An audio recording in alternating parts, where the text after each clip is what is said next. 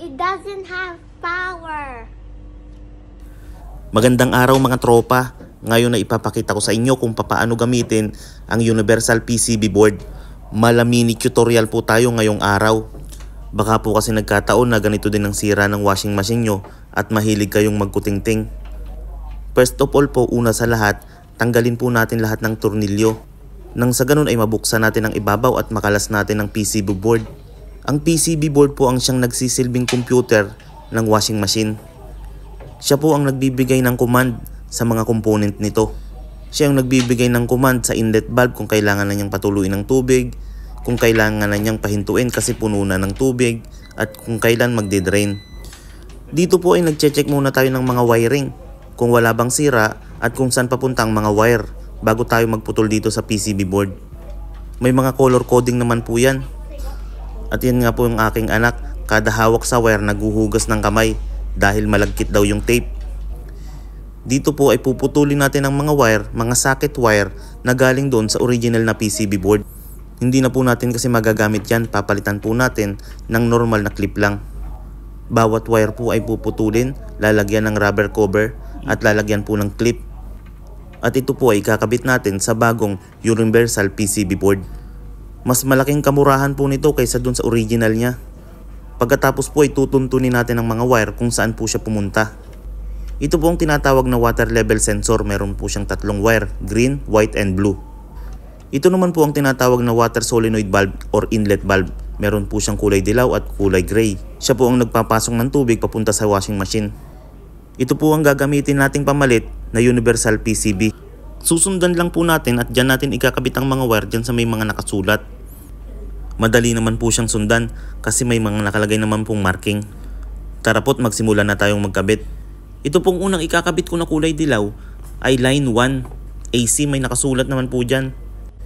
Itong sumunod na kulay blue wire naman po ay ang common ground. Dapat po yan ay kulay yellow na may green na stripe. Wala na lang po akong wire na nakuha. Ito naman pong sumunod na kulay violet wire. Galing po ito sa drain motor at drain pump. Magka-series po sila. AC draw valve ang naka-indicate sa board. Ang sumunod naman po ay kulay gray. Galing po yan sa inlet valve. Nasa ibabaw lang po yan sa bandang likod. Siya ang motor na nagpapasok ng tubig sa loob ng washing machine. Itong sumunod ay kulay blue po ulit.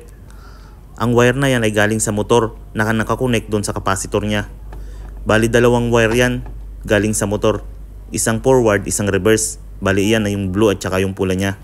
Hindi pwedeng magkabaliktad. Yung pakanan, yun yung positive. Yung pakaliwa, yun ang negative. Ito naman pong huli ay kulay brown. AC neutral. Galing din po siya sa live. Kailangan nyo pong may tester para po ma-check nyo talaga kung doon talaga galing ang mga wire na ikakabit ninyo. Punta naman po tayo dito sa kabilang side. Ito naman pong dalawa na ito ay galing sa pinto. Kung tawagin ay door switch, walang problema yan kahit magkabaliktad.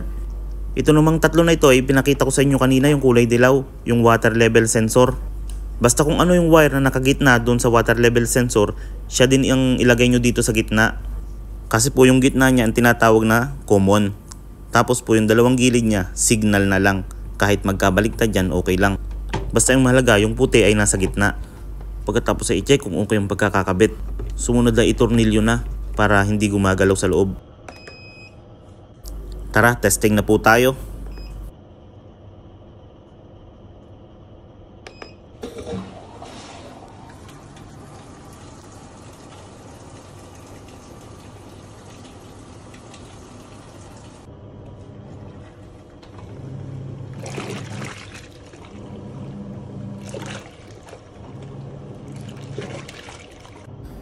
Kung mapapansin nyo, lumit ng pinaka-monitor niya. Pero may mga option pa rin naman. Tulad ng water level, mayroon siyang tatlong option. Low, middle, and high. Sa program naman may strong, may standard. Basta kompleto din siya. At dito po ay patapos na tayong mag-dryer. Ibig sabihin okay na siya. Goods.